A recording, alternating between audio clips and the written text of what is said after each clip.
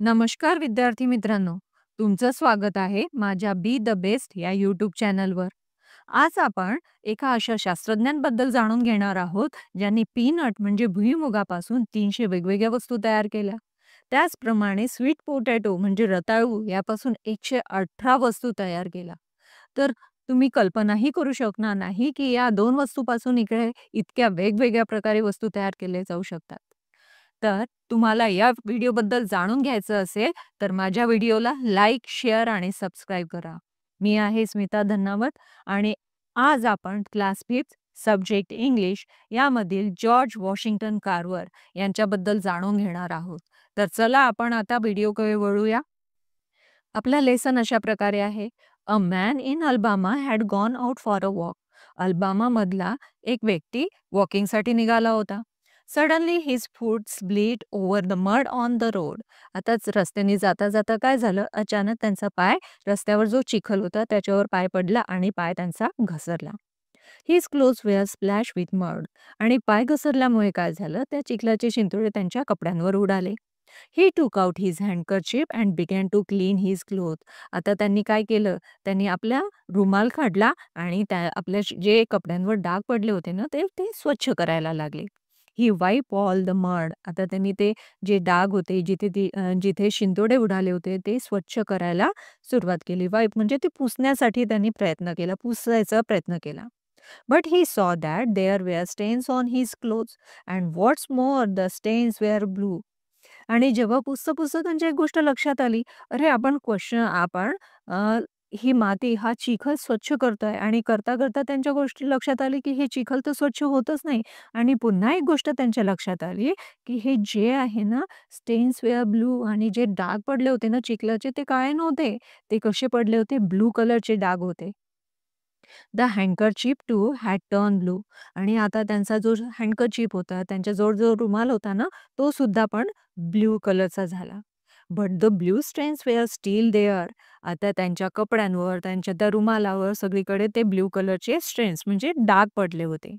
Stains म्हणजे डाग. They could not be wash off. आता ते स्वच्छ केल्यानंतरही they could not be wash off. ते स्वच्छ होत नव्हते. म्हणजे त्यांनी फक्त पुसूनच काढलं होतं ना, धुतले होते का ते? नाही. They could not be wash off. ते स्वच्छ झालेच नाही. ते डाग तसेच राहिले. This man was no ordinary man. आणि हा जो व्यक्ती होता, तो काही सर्वसाधारण व्यक्ती होता का? नाही. He was George Washington Carver. आणि कोण होतं ते व्यक्ती? George Washington Carver. The famous scientist. एक फेमस शास्त्रज्ञ होते ते. A true scientist want to study everything, even mud stains. आता खरा जो शास्त्रज्ञ असतो ना, त्याला प्रत्येक गोष्टीचा अभ्यास करावासा वाटतो. मग ते का चिखल का असेना, आपल्याला चिखल आपल्याला अंगावर पडले, तर आपण काय म्हणतो, "अरे, छी! ते चिखलाचे डाग." आपण असं लगेच एक रिॲक्ट करतो. पण त्यांनी तसं रिॲक्ट केलं का? नाही. त्यांच्या मनामध्ये कुतूहलता जागृत झाली, एक उत्सुकता निर्माण झाली, की "अरे, हे डाग काळे न पडता असे ब्लू कलरचे कसे झाले?" म्हणून त्यांनी ते लगेच लॅबोरेटरीमध्ये घेऊन गेले आणि even mud on a stains म्हणजे त्यांना त्या स्टेन्सचा, त्या डागाचा काही किळस वाटली का? नाही. त्यांना त्याच्याबद्दल उत्सुकता वाटली, त्याचा अभ्यास करावासा वाटला. Carver rush to his lab and tested the mud stains and the soil. आता ते धावतच गेले आपल्या लॅबमध्ये, आपल्या प्रयोगशाळेमध्ये तिथे गेले, लगेच गेले आणि त्यांनी ते ऑब्झर्व्ह केलं. कशाचं? मड आणि ते जे स्टेन्स पडले होते, मडाचे म्हणजे चिखलाचे जे डाग होते आणि माती या दोघांची त्यांनी लॅबमध्ये टेस्ट केले. After many test he learned how to make good quality blue paint from the soil. आता त्यांनी पुष्कळशा अशा टेस्ट केल्या आणि नंतर त्यांच्या लक्षात आलं, की याच्यापासून चांगल्या क्वालिटीचा पेंट तयार होऊ शकतो, ब्लू पेंट तयार होऊ शकतो. या मातीपासून ब्लू कलरचा पेंट तयार झाला हे त्यांच्या लक्षात आलं. A church in that town needed a paint. आता त्यावेळेला काय होतं, की तिथे चर्च होता आणि त्या काळामध्ये चर्च खूप जुनं झालं म्हणजे तिथला कलरिंग झालं नव्हतं. तर तिथे कलरिंग करायचं होतं त्या चर्चला. Carver student painted the church with the lovely blue paint. आता या कार्वर्सचे जे स्टुडंट होते, जॉर्ज वॉशिंग्टन कार्वर यांचे पण स्टुडंट्स होते. ते तिथे गेले आणि त्यांनी त्या पेंट्स तिथे त्या चर्चला पेंट दिले. No one could believe that the paint was made from the soil under their feet. आणि नंतर तो पेंट इतका छान वाटायला लागला, की कोणी इमॅजिनच केलं नाही, की आपण ज्या मातीवर पाय देतो, त्या मातीपासूनच हा पेंट तयार केलेला आहे. म्हणजे सगळेजण त्या गोष्टीपासून सरप्राईज झाले. बद्दल माहिती जाणून घेऊया. George Washington Carver was born in 1861. त्यांचा जन्म 1861चा. हिज पॅरेंट्स वेअर स्लेव्हज आणि त्यांचे पेरेंट्स हे स्लेव्हज होते. स्लेव्ह म्हणजे गुलाम. त्यावेळेस गुलामगिरीची पद्धत होती. त्यांच्या पेरेंट्सना स्लेव्ह बनवलं गेलं होतं. His family work on a farm in America आणि त्यांची फॅमिली ही अमेरिकेमध्ये शेतामध्ये काम करायची. He lost both his parents when he was steel a baby आणि त्यांनी त्यांच्या दोन्ही आई-वडिलांना म्हणजे दोन्ही पॅरेंट्सला त्यांनी गमावलं होतं. म्हणजेच त्यांची डेथ झाली होती जेव्हा हे लहान होते तेव्हाच. Carver love plants even as a child. आता कार्वर जेव्हा लहान होते, जेव्हापासून त्यांना कळायला लागलं, तेव्हापासूनच त्यांना प्लांट्स आवडत होते. ही केअर्ड फॉर देम. ती त्यांची काळजी घ्यायची. He understood what the plants wanted and what was wrong with them. आता जसं-जसं त्यांना आवडायचं, त्यांची आवड निर्माण झाली प्लांट्समध्ये, तर मग त्यांना कळायला लागलं, की कोणत्या प्लांटची व्यवस्थित ग्रो होण्यासाठी त्यांना कशाची गरज आहे, त्यांना काय हवं आहे, त्यांच्या वाढीसाठी कोणत्या पोषक वस्तू आपण प्रोव्हाईड केल्या पाहिजे, या सगळ्या गोष्टींची जाणीव त्यांना लहानपणापासूनच होते. Soon, people around the farm began to call the young boy plant doctor. आणि अशा लोकांमध्ये ही ख्याती पसरली मग तेव्हाच्या लोकांना, की अरे, या लहान मुलाला कळतं प्लांट्सला काय हवं आहे, काय नाही, हे प्लांट्स कसे चांगले ग्रो करतील. ही सगळी माहिती बघून त्यांची ख्याती आजूबाजूच्या एरियामध्ये पसरली आणि म्हणून लोकं त्यांना प्लांट डॉक्टर म्हणजे प्लांट्सचा डॉक्टर म्हणून ओळखायला लागले होते. Young Carver wanted to go to school and then college. आता जसे हे यंग बनले म्हणजे यंग एजमध्ये आले, तेव्हा त्यांना शिक्षणाची आवड असल्यामुळे त्यांना कॉलेज आणि स्कूलमध्ये जायचं होतं. But he was a black boy. Many schools and colleges in those days did not take black students. आणि त्या काळामध्ये ब्लॅक कम्युनिटीच्या लोकांना स्कूल्स आणि कॉलेजेसमध्ये ॲडमिशन मिळत नव्हते. Carver did not lose heart. परंतु या गोष्टींनी खचून न जाता he went from place to place. मग त्यांनी अशा and he found a college where he could study and he studied hard and became a scientist. मग आता आपल्याला ॲडमिशन मिळत नाहीये, आपल्याला शिकायला मिळत नाहीये. या गोष्टीचं त्यांनी एक्सक्यूजेस घेतले का? नाही. त्यांनी one to place, place to place ते फिरत राहिले आणि अशी कुठेतरी जागा असेल, की जिथे मला शिक्षण घेता येईल, मला शिकता येईल, असं त्यांच्या शोधात होते. आणि शेवटी त्यांना अशी जागा मिळाली, की जिथे त्यांना स्कूलमध्ये, कॉलेजेसमध्ये जायला मिळालं, त्यांना शिकायला मिळालं आणि तिथे त्यांनी खूप स्टडी केली, खूप मेहनत केली आणि त्यानंतर ते एक सायंटिस्ट बनले. After a few months Carver went to teach to the Tuskegee Institute in Alabama. आता काही महिन्यानंतर जेव्हा त्यांचं शिक्षण पूर्ण झालं, त्यानंतर ते सायंटिस्ट बनले आणि त्यानंतर ते अल्बामा या ठिकाणी टस्की इन्स्टिट्यूटमध्ये शिकवायला गेले होते. This institute was for black students. Carver worked there all his life. आणि ते इन्स्टिट्यूट ब्लॅक कम्युनिटीच्या स्टुडंट्सना तिथे शिकवलं जात होतं. तर आधी त्यांना कुठेच ॲडमिशन मिळत नव्हती. पण या टस्कीच्या इन्स्टिट्यूटमध्ये ब्लॅक कम्युनिटीच्या मुलांना ॲडमिशन मिळत होती आणि तिथे जाऊन त्यांनी टीचिंग करण्याचं काम सुरू केलं. Carver work there all his life आणि त्यांनी आपलं पूर्ण आयुष्य तिथे दिलं. पूर्ण आयुष्यभर त्यांनी तिथे तिथल्या मुलांना शिकवलं, त्यांना आपलं नॉलेज शेअर केलं. On the first day, Carver told he student, let us start a new project today.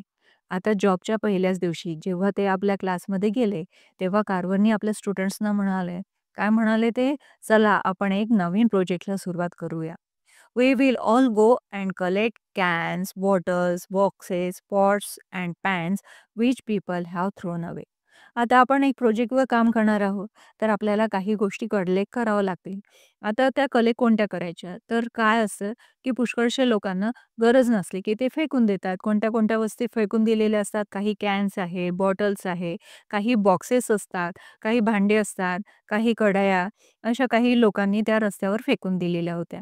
तर त्यांनी आपल्या स्टुडंट्सना म्हणाले, की चला आपण ते घेऊन येऊया आणि ते कलेक्ट करूया. From this we will make a simple instrument and set up our laboratory. आणि ह्या सगळ्या वस्तू कलेक्ट करून आपण काय करू, आपले एक इन्स्ट्रुमेंट तयार करू आणि लॅबोरेटरी आपली स्वतःची प्रयोगशाळा आपण सुरू करूया. म्हणजेच आपल्या मुलांना नॉलेज कशाप्रकारे देता येईल. ज्या वेस्ट वस्तू आहेत, वेस्ट केलेल्या लोकांनी फेकून दिलेल्या आहेत, त्या वस्तू त्यांनी कलेक्ट केल्या, त्यांच्या एका रूममध्ये आणलं, त्याच्यापासून वेगवेगळे इन्स्ट्रुमेंट तयार केले आणि त्यांची ती प्रयोगशाळा तिथे सुरू झाली. आता प्रयोगशाळेमध्ये तिथे जाऊन त्यांचे वेगवेगळे टेस्ट, वेगवेगळे प्रयोग सुरू व्हायचे आणि ते मुलांना तिथे करून दाखवायचे, त्यांना शिकवायचे सुद्धा. आता next paragraph. And soon Carver set up his laboratory आणि लवकरच त्यांनी आपली एक लॅबोरेटरी म्हणजे आपली एक प्रयोगशाळा स्थापन केली त्यांनी. त्यांचं सगळं सेटअप तयार झालं लॅबोरेटरीचं. In this laboratory he found new uses for these useless things. आता या प्रयोगशाळेमध्ये त्यांना काय करायचं, नवीन गोष्टी शोधून काढण्यासाठी ज्या वाया गेलेल्या युजलेस म्हणजे बिनकामाच्या वस्तू होत्या, त्यांनी त्या उपयोगात आणल्या होत्या. म्हणजे जे लोकांनी फेकून दिलेले आहेत, ज्यांचा कोणता यूज नव्हता, त्या वस्तूंचा यूज करून नवीन इन्व्हेन्शन करण्यासाठी त्या वस्तूंचा त्यांनी यूज करायला सुरुवात केली. He showed his student that one does not have to spend a lot of money to do great things. आणि त्यामुळे त्यांनी आपल्या विद्यार्थ्यांना, आपल्या स्टुडंट्सना अशी शिकवण दिली, की काहीतरी आपल्याला मोठं करण्यासाठी खूप सारे पैसे खर्च करावे लागत नाही. आपल्याला काय प्रयोग करण्यासाठी, टेस्ट करण्यासाठी काय पाहिजे आहे? लॅबोरेटरी आणि लॅबोरेटरीसाठी काही वस्तू लागणार आहे. तर ज्या वेस्ट केलेल्या वस्तू आहेत त्यापासून त्यांनी हे केलं आणि एक मोठा आदर्श त्यांच्या विद्यार्थ्यांसमोर त्यांनी ठेवला, की जे बेस्ट आहे त्याचा यूज करून आपण युजफुल वस्तू कशा तयार करू शकतो. Carver wanted to help the poor farmers who had small farms in Alabama. आता कार्व्हरला वाटायचं, की जे शेतकरी आहेत, ज्यांची छोटी-छोटी शेती आहे, लहान प्रमाणात शेती आहे, त्यांना हेल्प करायचं, असं कार्व्हर यांना नेहमी वाटायचं. गरीब शेतकऱ्यांना कशी मदत करता येईल, असं त्यांना ते नेहमी बघत होते. He showed them how to get good crops आणि ते त्यांना सांगायचे, की कमी शेतातून, कमी जमिनीतून आपण जास्त उत्पन्न कसं काय काढू शकू, हे त्यांना सांगायचे, त्यांना समजून सांगायचे, त्यांना मार्गदर्शन करायचे. These farmers grew plants like cotton because there was a profit in it. त्या काळामध्ये फार्मर्स एकच प्रकारचं प्लांट ग्रो करायचे आणि ते म्हणजे कॉटन. कॉटन म्हणजे कापसाचं. कारण की कापूस त्यावेळेस जास्त व्हॅल्यू होती, जास्त डिमांड होती आणि लोकं फक्त एकच टाइपचा क्रॉप ते ग्रो करायचे. But cotton made the soil poor. पण दरवर्षी कॉटन 2, 3, 4 वर्षापर्यंत लागोपाठ जर कॉटन काढलं, तर त्यामुळे कॉटन काय करते, सॉइलला पुअर करते. म्हणजे त्याची सुपीकता कमी होत जाते, जमिनीची सुपीकता कमी होत जाते, एकाच प्रकारचं पीक काढलं त्यामुळे. आणि कॉटन कॉटन ही पुन्हा काढत राहिल्यामुळे त्यावेळेस जमिनीची सुपीकता कमी होत होती. Carver told them to grow crops like peanuts and beans. आता कार्व्हरनी त्यांना सांगितलं, की आता तुम्ही कॉटनच्या ऐवजी पीनट म्हणजे भुईमूग, पीनट म्हणजे भुईमूग आणि बीन्स म्हणजे सोयाबीनच्या उत्पादनाला तुम्ही सुरुवात करा. या प्रकारचे क्रॉप्स तुम्ही घ्यायला सुरुवात करा. This crops made the soil rich again. आणि हे क्रॉप्स तुम्ही जर ग्रो केले, जर या प्रकारचं पिकं तुम्ही आपल्या शेतामध्ये आणलं, तर त्यामुळे काय होईल, जमिनीची सुपीकता वाढणार आहे. The farmers got very good crops. In fact, the crops were so good that the farmers did not know what to do with so much of them.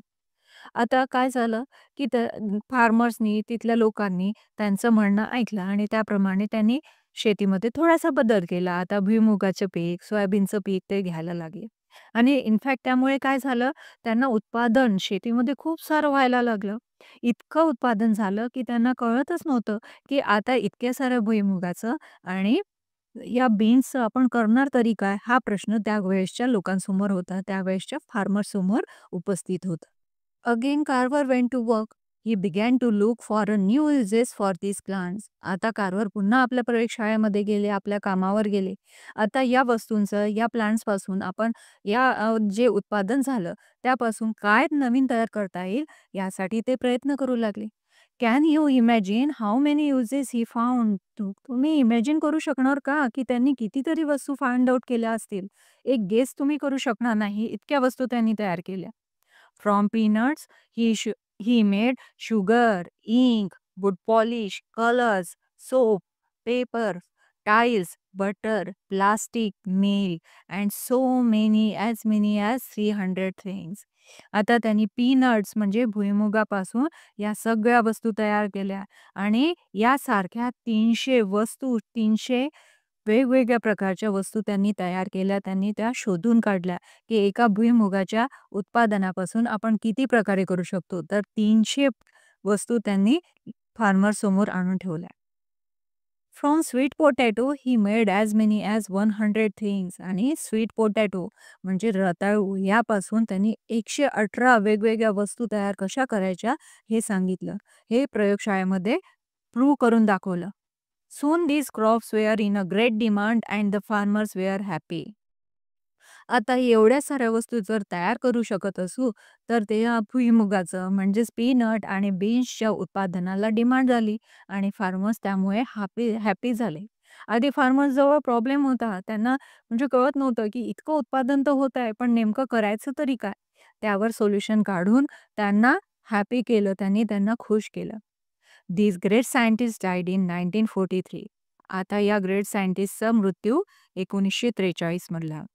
The place where he work is now turn into a museum.